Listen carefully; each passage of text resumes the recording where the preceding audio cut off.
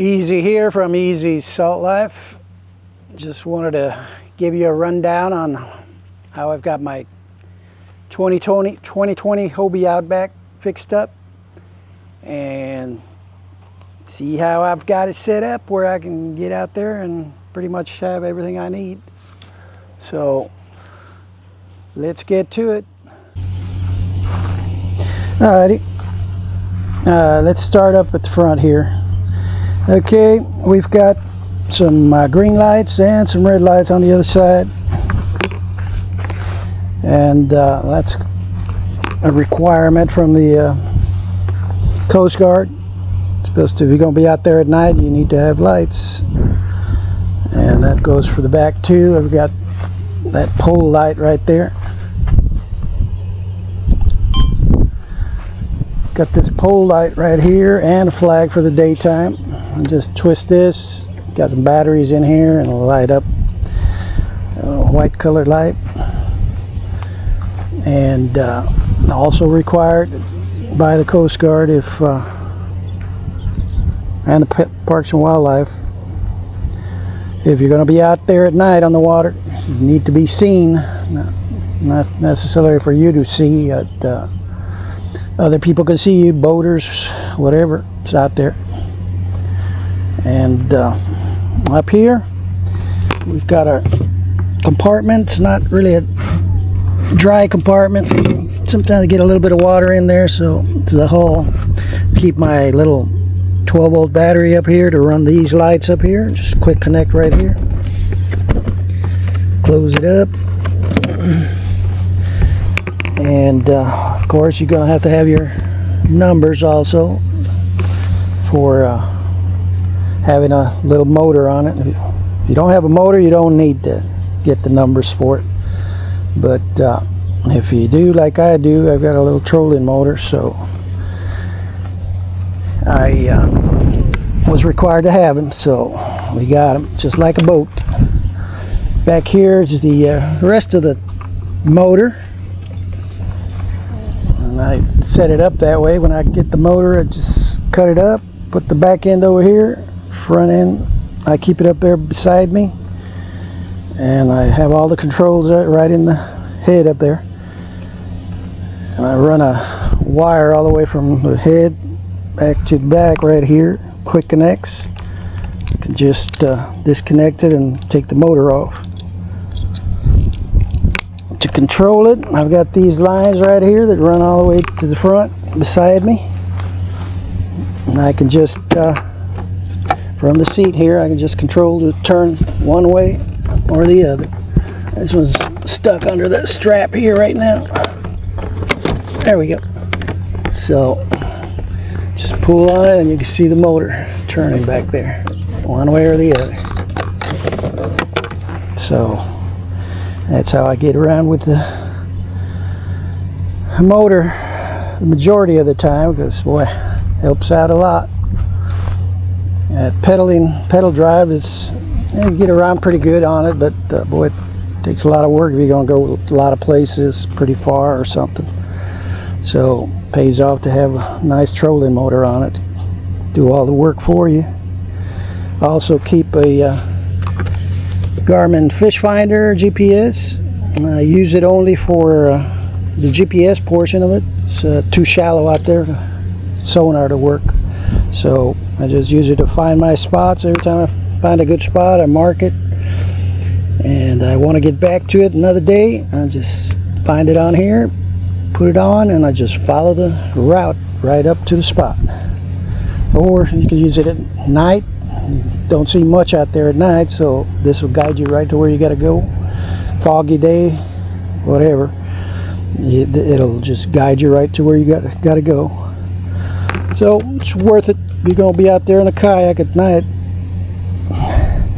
Got all my stuff right here: fish clippers and pliers, fish dehooker, knife, some rod holders, and I keep 2 Penn Battle 3 2500 reels, both of them, up here on a 6'9" Waterloo rods, and these rods are just really something, man. I'm sold on them. Got it on even on the bait caster here. Got a Waterloo rod also, and as you can see, I got a Penn Fathom 300, and well, it's a really good reel. Best I found so far. And here we got keep the paddle up here hooked on with bungee cord, and this is, every time you go out in the water, you better make sure you got a paddle on you. Don't matter if you got pedal drive or you got a motor, doesn't matter. These could break on you out in the water, could be far away from shore, you never know. The motor could give out, and what are you going to do if those things give out? So always have your paddle with you in case something happens to the other two, and that way you can get back to shore again. And here I've got the really comfortable seat, and I did a change on it. I raised it up. It was used to be flush with the kayak here, so I was sitting back down here, so that didn't give too much room down here, and it made a little hard after a while sitting in there all day. So I went ahead and changed it up, moved it up about that far up higher. Gave me a lot more room down there to put stuff under there, and I changed the back up here also so it can be nice and level. Still got the controls on it on the seat, and it's on there on the other side. Go over there, and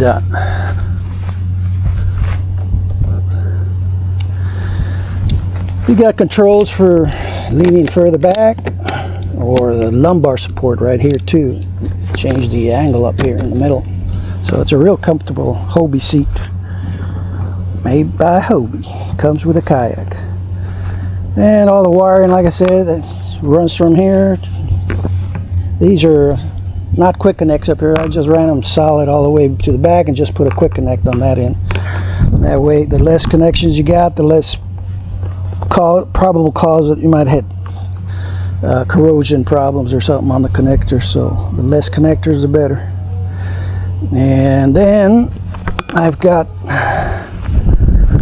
a way to lift up the motor when I get into too shallow waters. Just use this and just pull it up and hook it up here, and I got the motor up so it won't hit the bottom, and I can still get around. Back here I usually keep my net up here just over everything. Anchor, you do need to get a good size anchor even if you're just in the kayak. Believe me, I've had the smaller ones that are fold up 3 hooks, but you'd think that'd be enough for a kayak, but no, you'll have all kinds of trouble trying to get hooked onto the ground in the water out there. And so just get you a regular anchor and cast it out, and it'll hold you no matter how strong the winds are. And keep the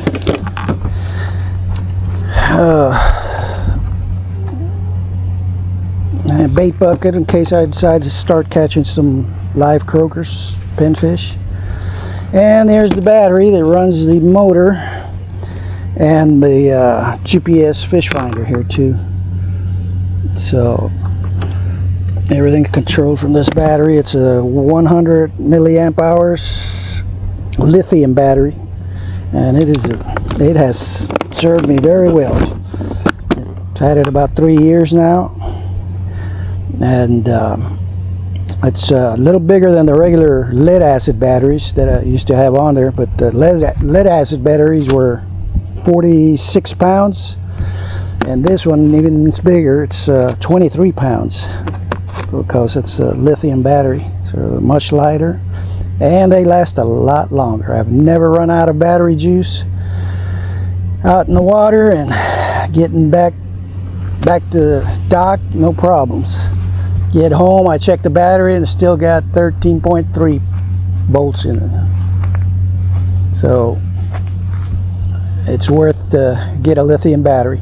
and they're not that much expensive anymore. I think that one now, I think I paid about $350 for it on Amazon. It's a Shin's Chinese battery, and man, I had a bunch of people that bought it, and it had a 5 stars on the thing. So I took a chance, and sure enough, got it, and here it still is 3 years later.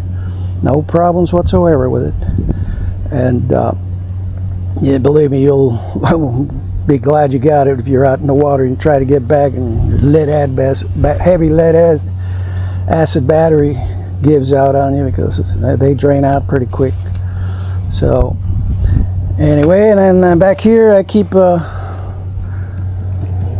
another camera back here. It's a DJI Osmo Action 4, and boy, I tell you what, I've replaced my GoPros permanently now, because GoPro, they record fine, but man, everything, adapters for it or batteries, whatever, they seem to just always have some kind of issue with them. Try to connect the remotes, they connect all right for a while, and then they start messing up on me. So, man, or they get overheated also if you film a little bit too long or something. Get overheated and they shut down. Connect the wireless microphones to them, same thing. The media mods on them, boy, connectors on there, you work fine for a little while, and then they start messing up on you. You never know when you lost contact with your microphone or the remote control till you get home and find out, oh man, it didn't come on. So both of these I've got. There's also a DJI Action 4 and mic. This is a wireless mic from DJI also. These are, man, these game changer, man. These connect directly to the camera. Don't have to connect a receiver back there, or like the Rode 2s. You got to have a receiver back here, and then you got a mic, and the mic connects to that. The receiver connects to the camera. Just too many connections, and just always something goes wrong. And these is just connect them, and camera will sense it, and it'll connect right to it, you know, without having anything connected back there. So game changer. DJI mic, I believe they're called DJI Mic 2. So check them out. And I put the 2 GoPro 10s I have and just put them away. Bait bucket, I keep it because most of the times I usually end up getting live croakers or pinfish, so I put them in there, and more they just stay alive. And the green lights, I think they help to bring in the bait fish when at nighttime. Bring it in and help you catch some croakers and pinfish a lot quicker. And with catching those croakers and pinfish, I just use a little treble hook, the small one they sell, and put a little bit of mullet or shrimp on it. Put it over the side, and just right over the side, drop the line till it hits bottom, and then just hold it there or there around. Boy, it doesn't take long before you start hitting. And catch quite a few pretty quick if they're around. You never know until you try. And boy, them trout love them croakers and pinfish, and even the reds. I've caught several big reds with live croakers and live pinfish as well. They love that skipjack, but not easy catching a skipjack. But when I do, boy, I use that for bait, and man, the reds love that cut bait. That's the cut skipjack anyway. But anyway, there's the motor. I just sit here, and here I just control it here. As you can see, the motor back there will turn on, and I've got 5 forward speeds and 3 reverse speeds on it. So I'm very happy with it. So there it is, my setup on a 2020 Hobie Outback. This one cost me right at $19.95 back in 2020. Now I've looked them up, and I think they're about $3,700 now. So they've gone way up.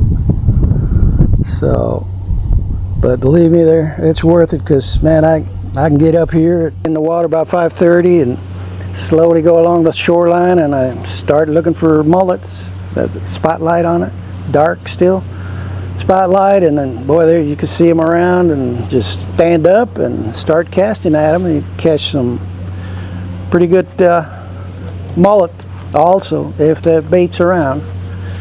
But anyway, that's my story on my kayak.